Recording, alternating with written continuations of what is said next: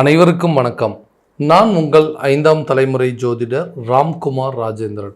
நம்ம இன்னைக்கு பார்க்க போகிற தலைப்பு கன்னி ராசி அன்பர்களுக்கு நவம்பர் மாதத்தின் சிறப்பு பலன்களை பற்றி தான் இந்த காணொலியில் பார்க்க போகிறோங்க.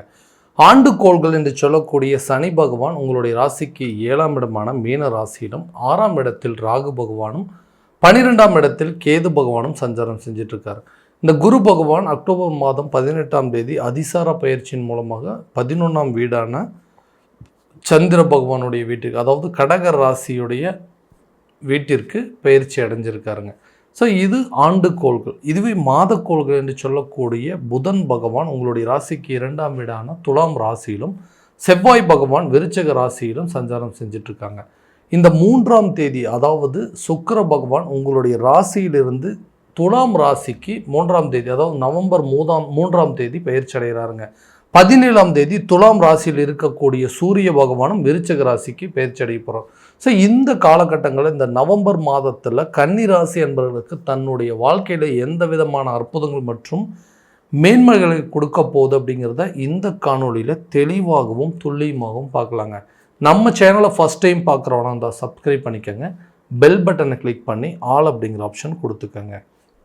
கன்னி ராசி அன்பர்கள் புதன் பகவானை அதிபதியாக கொண்டவர்கள், மிகவும் புத்திசாலி அப்படின்னு சொல்லுவாங்க. எல்லா விஷயத்தையுமே யோசித்து தெளிவான முறையில் அதை செயல்படுத்தணும்னு நினைக்கிறவங்க, எல்லாத்தையுமே பார்த்து செய்யக்கூடிய நபர்கள். ஏன்னா எந்த விதத்திலையும் அடுத்து நம்ம எடுத்து வைக்கக்கூடிய அடியில் எந்த தவறும் நடந்துடக்கூடாது அப்படின்னு சொல்லி பார்த்து ஒவ்வொரு முயற்சியும் எடுக்கக்கூடிய நபர்கள். எல்லாத்தையுமே பர்ஃபெக்டாக பண்ணுறவங்க தாங்க. அப்புறம் என்ன நடந்துச்சுன்னே தெரியலங்க. திடீர்னு எல்லாமே தலைகீழ தான் மாறிடுச்சு. நான் ஒன்று நினச்சி பண்ணுறேன், அது டோட்டலாக வேறு விதமாக நடக்குதுங்க. நான் எதிர்பார்த்தபடி எந்த நிகழ்வுகளும் சரியான விதத்தில் எனக்கு நடக்க மாட்டேங்குதுன்னு சொல்கிற அளவுக்கு சூழ்நிலைகள் வந்துருச்சு. இந்த காலகட்டங்களில் அந்த தவறுகள் எல்லாத்தையும் சரி பண்ணக்கூடிய ஒரு தருணமாக இருக்க போகுது.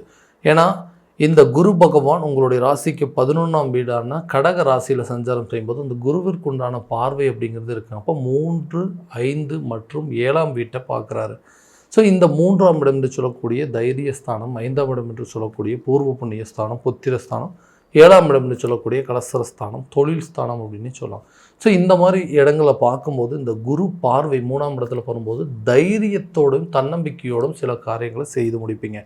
தொழில் ரீதியாக, தொழில் அப்படிங்கிற ஒரு விஷயத்தில் இதுவரை இல்லாத இழப்புகளை எப்படியாவது சரி பண்ணணுங்க. அந்த இழப்புகள் இல்லாமல் நம்ம ஒரு லாபத்தை சம்பாதிக்கணுங்கிற நோக்கங்கள் அப்படிங்கிறது கண்டிப்பாக இருக்க போது அதற்குண்டான முயற்சி. அப்போ தொழில் ரீதியாக இதுவரை இருந்து வந்த நஷ்டங்களை அப்படிங்கிறத சரி பண்ணுவீங்க. புதிய தொழிலை தொடங்குவதற்கான யோகமும் அதற்குண்டான முயற்சிகள் இந்த நேரத்தில் ஈடேறும். பிஸ்னஸில் நம்ம பண்ண லாஸ் இங்கே எந்த விதத்தில் இது இப்படி நடந்துச்சு, எதனால் இப்படி நடந்தது அப்படிங்கிறத சரியான விதத்தில் உங்களுடைய புத்திசாலித்தனத்தினால சில காரியங்களை சுதாரித்து அதை சரி பண்ணக்கூடிய ஒரு தருணமாக இருக்க போதுங்க. நீண்ட நாட்களாக இருந்து வந்த பார்ட்னர்ஷிப் பிரச்சனைகள் கூட இந்த காலகட்டங்களில் தீருங்க. ஏன்னா பார்ட்னர்ஸ் மூலமாக இருந்து வந்த பிரச்சனை, இதனால் எல்லாருமே நண்பர்களாக இருந்தவங்க கூட எதிரியாக மாறிட்டாங்க அப்படின்னு சொல்லுவாங்க. அந்த எதிரிகள் உங்களுக்கு நண்பர்களாக மாறுவாங்க. செய்த தவறுகளை ஒத்துக்கிட்டு மறுபடியும் பழையபடி அந்த தொழிலை ஏற்று நடத்தக்கூடிய ஒரு தருணமாக இருக்க போதுங்க. அப்போ தொழில் ரீதியாக நிறைய மாற்றங்கள் இருக்கும். வியாபார ரீதியாக வரவு செலவு பிரச்சனைகள் அப்படிங்கிறது உங்களுக்கு சாதகமான சூழல் அப்படிங்கிறது ஏற்படும். வேலை ரீதியாக நான் ஒவ்வொரு ஸ்டெப் எடுத்து வைக்கிறேங்க. அந்த வேலை எனக்கு சரியான விதத்தில் கிடைக்கவே மாட்டேங்குது. நிறைய இன்டர்வியூஸ் அட்டன் பண்ணிட்டேங்க. அந்த இன்டர்வியூஸ் மூலமாக எனக்கு நல்ல வாய்ப்புகள் கிடைக்கும் அப்படின்னு எதிர்பார்த்தா அந்த வாய்ப்புகள் அப்படிங்கிறது கிடைக்கலைங்க. அதே நேரத்தில் ஒரு வேலையில் இருக்கும், அந்த வேலையிலேருந்து வேறு ஒரு வேலைக்கு போனால் இதை விட சேலரி அதிகமாக கிடைக்குங்கிற முயற்சி பண்ணுறோம், அதுவும் எனக்கு கிடைக்க மாட்டேங்குது. இந்த வேலையை விட்டுட்டு சொந்தமாக ஒரு தொழில் பண்ணலாம் அப்படிங்கிற அளவுக்கு சில எண்ணங்கள் வந்துட்டுருக்கு. அந்த எண்ணங்கள் என்னால் சரியான விதத்தில் ஈடேற முடியல. ஒரு குறிப்பிட்ட காலகட்டங்கள் நம்ம சில ரெஸ்பான்சிபிலிட்டிஸ் அப்படிங்கிறது ஜாஸ்தியாக இருக்குது. ஒரு ஃபாரினில் போய் ஒர்க் பண்ணிட்டு வந்தோம் அப்படின்னா அது மூலமாக வரக்கூடிய வருமானத்தினால எல்லா பிரச்சனையும் தீர்த்தரலாம் அப்படின்னு யோசிக்கிறேன். அந்த வாய்ப்புகளும் எனக்கு சரியான அமைப்பு அப்படிங்கிறது இல்லாமல் இருக்குன்னு யோசிச்சிங்கன்னா கண்டிப்பாக இந்த அதாவது உங்களுடைய வேலையில் ஒரு நல்ல மாற்றம் அப்படிங்கிறது இருக்கும். பதவி உயர்வால் சம்பள உயர்வு உங்களை தேடி வருங்க. வெளியூர் மற்றும் வெளிநாடு சம்மந்தப்பட்ட வேலைக்குண்டான முயற்சிகள் இந்த நேரத்தில் கட்டாயமாக உங்களுக்கு ஒரு நல்ல பலன் அப்படிங்கிறது கொடுக்குங்க. வேலை தேடிட்டு இருக்கக்கூடிய நபர்களுக்கு புதிய வேலை கிடைப்பதற்கான முயற்சிகள் அப்படிங்கிறது இந்த நேரத்தில் இருக்கும். தடைகள் அகலுங்க. முயற்சிகள் வெற்றி பெறக்கூடிய ஒரு காலகட்டமாக இருக்க போகுது. ஒவ்வொரு வாட்டியும் நிறைய ஸ்டெப் எடுக்கிறேங்க. ஒரு அடி ஏறுனா 4 அடி சறுக்கிற மாதிரி சில சூழ்நிலைகள் இருக்குது. வாழ்க்கையில் எல்லாமே பெரிய தடைகளை மட்டுமே சந்திச்சிட்ருக்கேன். முயற்சிகள் எல்லாமே காரிய தடைகளாக மாறிட்டுருக்குன்னு யோசிச்சிங்கன்னா அந்த தடைகள் அகலுங்க. நீங்கள் எடுக்கக்கூடிய முயற்சிகள் உங்களுக்கு வெற்றி அளிக்கக்கூடிய ஒரு தருணமாக இருக்க போகுது. திருமணம் சார்ந்த யோகங்கள், ஏதோ ஒரு பிரச்சனையில் யாரோ ஒருத்தர் பண்ணுற சில சதியினால் எனக்கு நடக்கக்கூடிய திருமணங்கள் கூட கை கூட மாட்டேங்குதுங்க.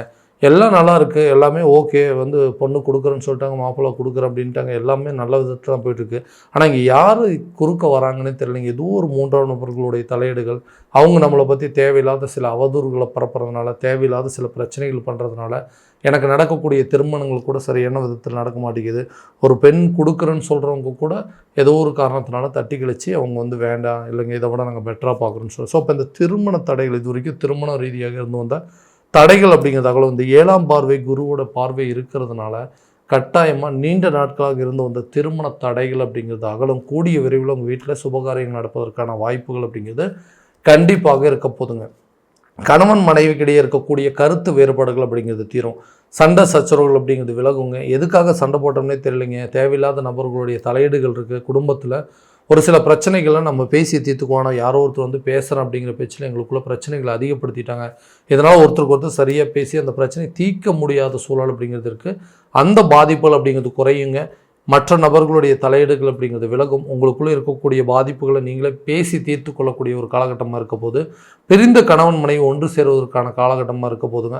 பிரிந்த காதலர்கள் ஒன்று சேருவதற்கான சூழல் அப்படிங்கிறதும், விலகி சென்ற நபர்கள் உங்களை தேடி வரக்கூடிய ஒரு தருணமாக இருக்க போது. ஏன்னா என்னுடைய வாழ்க்கையில் நான் எதிர்பார்த்த வாழ்க்கை அப்படிங்கிறது சரியான விதத்தில் அமையலை, அப்படின்னு நான் தேடி போன லைஃபாவது கண்டிப்பாக நல்லாயிருக்கும் அப்படின்னு என்ன தேடி வந்த லைஃப்பை நான் கரெக்டான விதத்தில் அமைச்சிட்டுனா எனக்கு நல்லா இருக்குமா. ஏன்னா மறுபடியும் ஒரு பிரச்சனை நடந்தது அப்படின்னா இதிலிருந்து மீண்டு வரக்கூடிய ஒரு சூழல் அப்படிங்கிறது எனக்கு இல்லைங்க. ஏன்னா அதனால் அவ்வளோ பாதிப்புகள் அடைஞ்சிருக்கேன். இந்த பாதிப்புகள் எதுவும் இல்லாமல் இந்த லைஃப் எனக்கு சுமூகமாக போகும் அப்படின்னு எதிர்பார்க்கக்கூடிய நபர்களுக்கு கண்டிப்பாக நீங்கள் எதிர்பார்த்த நபர்கள் உங்களை தேடி வருவாங்க.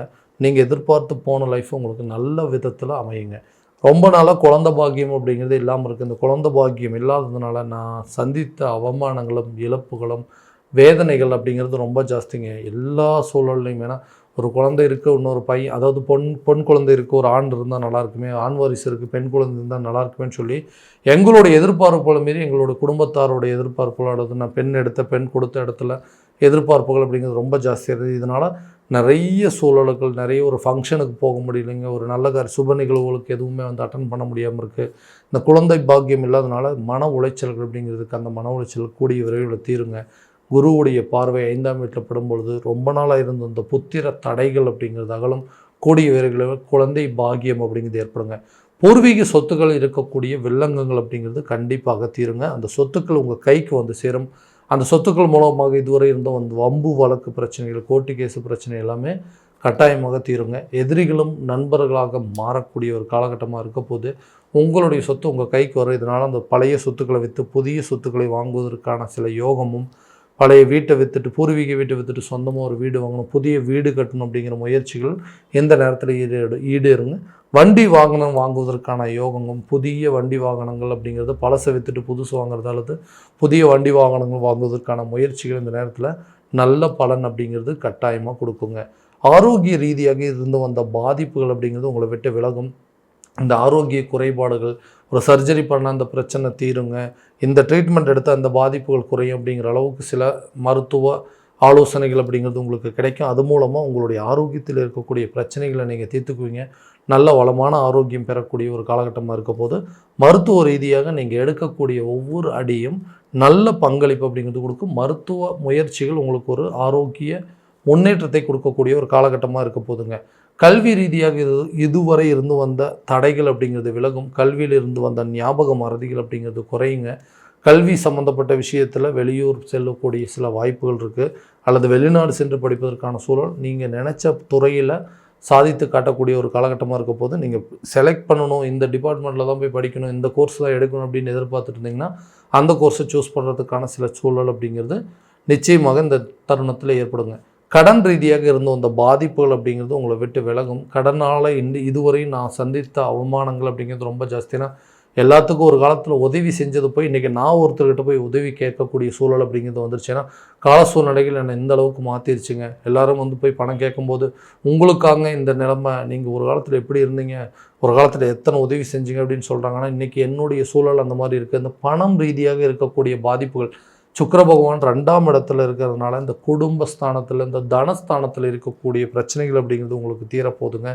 பணம் கேட்ட இடத்துல உங்களுக்கு உதவிகள் கிடைக்கும். ரொம்ப நாளாக இழுபறியில் இருந்த தொகைகள் உங்கள் கைக்கு வந்து சேருங்க.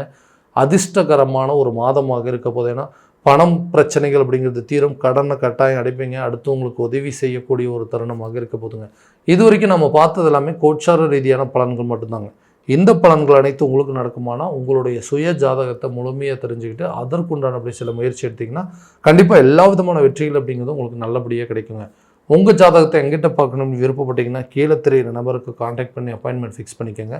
அப்படி இல்லையா உங்களோட ஜாதகத்தை வாட்ஸ்அப் மூலமாக அமுச்சு வச்சிங்க அப்படின்னா தெளிவான முறையில் கணித்து துல்லியமான பலன்கள் அப்படிங்கிறது உங்களுக்கு தெரியப்படுத்தப்படுங்க.